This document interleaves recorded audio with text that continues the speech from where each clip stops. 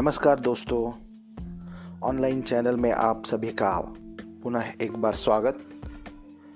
आज जो हम सीखने जा रहे हैं वो कक्षा 8वीं और उनमें जो पाठ है 8वां पाठ पूर्ण विश्राम। इसके जो लेखक है इनका नाम है सत्यकाम विद्यालंकार जी। इनका जन्म 1935 में हुआ। लेखक का परिचय देख रहे हैं हम। सत्यकाम विद्यालंकार जी का जन्म अविभाजित भारत के लाहौर शहर में हुआ था। इन्हें महापुरुषों का जीवन चरित्र लिखने में विशेष रुचि है। इनके द्वारा लिखे गए जीवन चरित्र प्रेरणादायी है। इन्होंने अपने लेखों द्वारा व्यक्तित्व निर्माण पर अधिक बल दिया है। कई हास्य व्यंग्य कहानियां भी विद्यालंकार जी ने लिखी है। इनकी जो प्रमुख कृतियां है वो है स्वतंत्रता चरित्र निर्माण, मानसिक शक्ति के चमत्कार, सफल जीवन लेख संग्रह है, वीर सावरकर, वीर शिवाजी, सरदार पटेल, महात्मा गांधी, ऐसे अनेक लेख इन्होंने लेखन किया है। आज जो हम पाठ सीखने जा रहे हैं पूर्ण विश्राम, इस कहानी के द्वारा लेखक सत्यकाम विद्यालंकार जी ने समझाया है कि आज का इंसान अपने कामकाज में इतना व्यस्त हो गया है कि उसके जीवन में विश्राम के 2 पलों का आना भी असंभव हो गया है। कभी कभी उसके जीवन में खुशी के 2 पल आते हैं, फिर भी घरेलू उलझनों के कारण वह उनका लाभ नहीं कर पाते हैं। पूर्ण विश्राम यह एक हास्य व्यंग्य कहानी है। इस कहानी के माध्यम से लेखक ने आम आदमी के जीवन में खुशी के 2 पल का आना व उनका सुख भोगना उसके लिए एक प्रकार असंभव हो जाता है, इसका वर्णन किया है। प्रस्तुत कहानी के लेखक अपनी पत्नी के साथ अपने जुहू स्थित घर में 2 दिनों के लिए विश्राम करने निकलते हैं। निकलने से पहले वो अपनी पत्नी के साथ मिलकर सारी वस्तुओं का संग्रह कर लेते हैं, ताकि जुहू जाने के बाद उन्हें किसी चीज की कमी न महसूस हो। संपूर्ण तैयारी के बाद वह जुहू जा पहुंचते हैं। पहले जो वे जुहू स्थित समुद्र का बीच का आनंद लूटने के लिए सपत्नी जाते हैं। सपत्नी यानी पत्नी के साथ वहां पर पानी के लहरों के साथ सुकून से 2 पल व्यतीत करना चाहते हैं। जैसे ही लहर की धपेड़ आती है, उन्हें स्पर्श करती है, वैसे ही उनकी पत्नी को याद आता है कि उनकी पति बरामदे की खिड़की को अंदर से बंद करना भूल गए हैं। इस विचार से उन्हें चिंता हो उठती है कि आप न जाने क्या होगा। लेखक को भी व्यस्त काम के कारण यह ज्ञात नहीं है कि उसने जाते ही और खिड़की के पास जाकर बरामदे में वाले खिड़की को दरवाजा अंदर से बंद किया था या नहीं।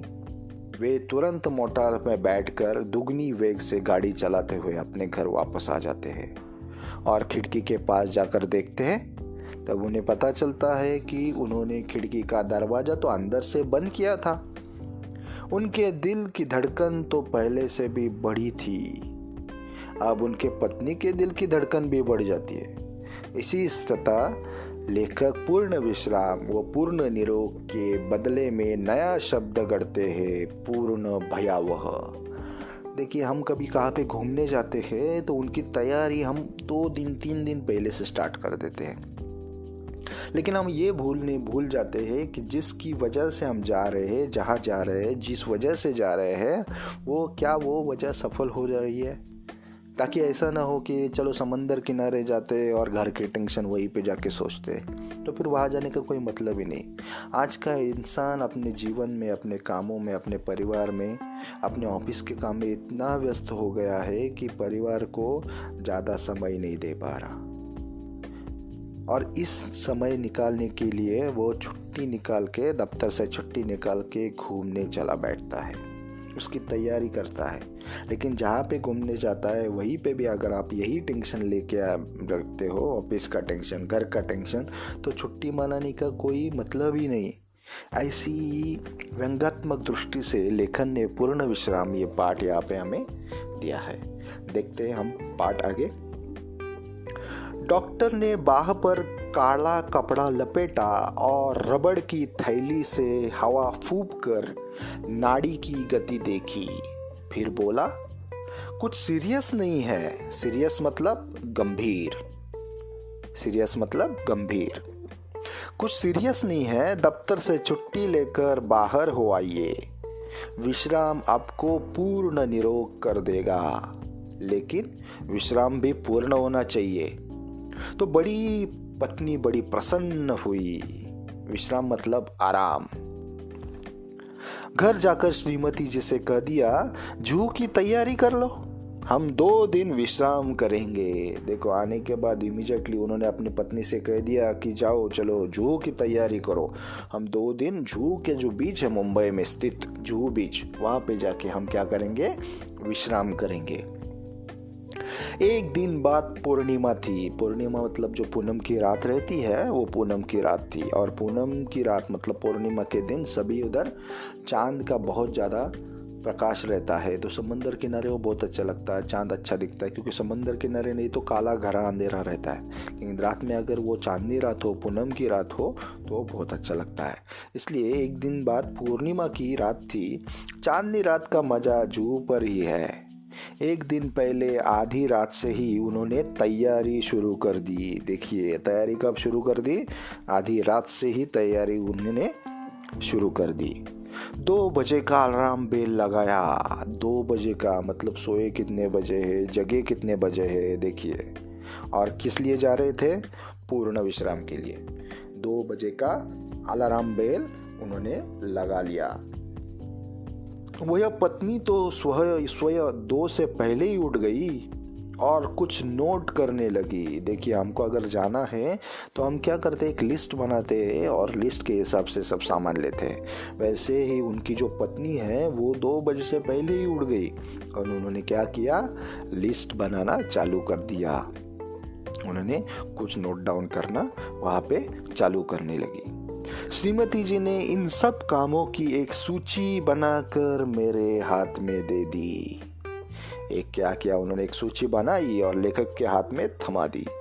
गैरेज पहुंचकर श्रीमती जी ने मोटर में हवा भरने की पिचकारी, यानी कि क्या उसको बोलते हैं हम, पंप, ट्यूब वॉल, रबड़ सॉल्यूशन, 1 गैलन इंजन ऑयल आदि आदि चीजें और भी लिखी थी।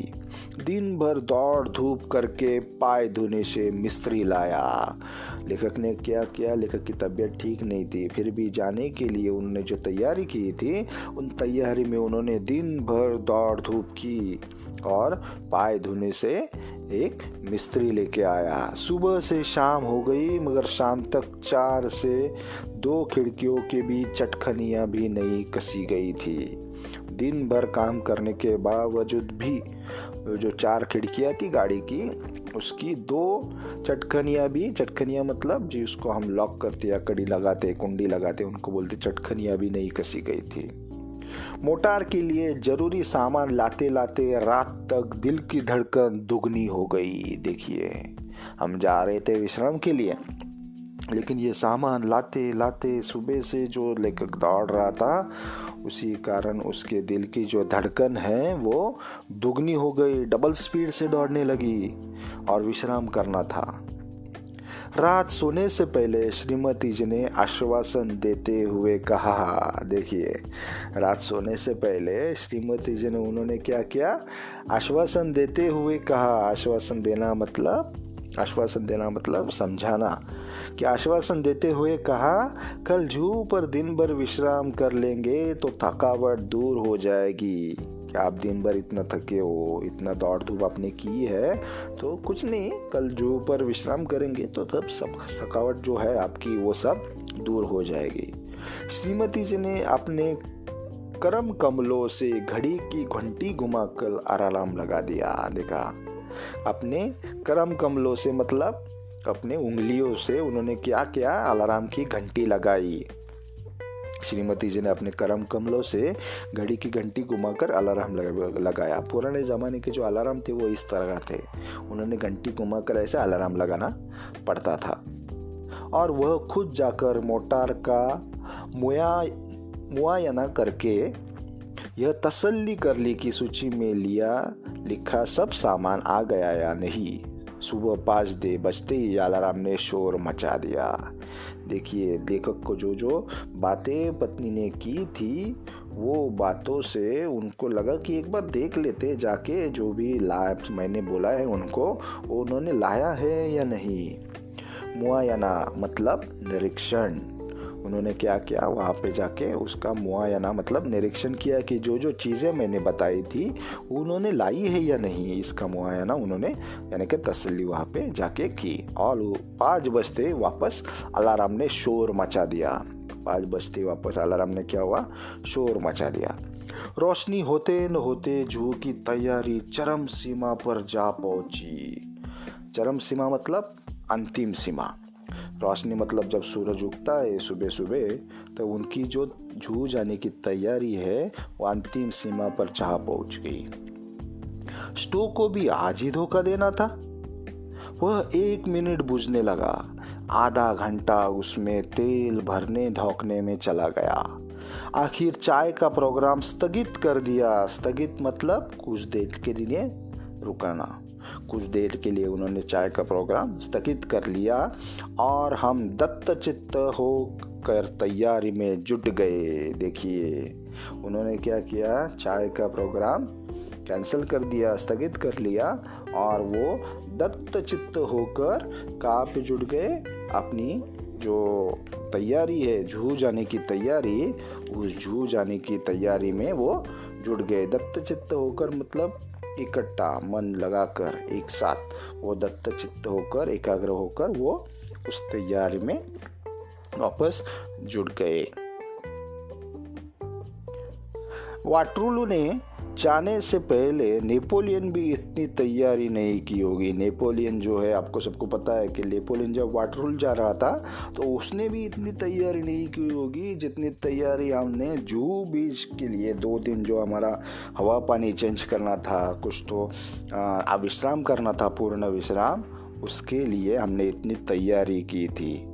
ऐसी महत् योजनाओं के संपन्न करते ही हम पति पत्नी परस्पर सहयोग भावना से काम करने पर विश्वास रखते हैं। ऐसी महत् योजना मतलब बड़ी बड़ी योजना जो रहती है, उन योजनाओं में हम क्या करते हैं, एक दूसरे का सहयोग मतलब सहायता।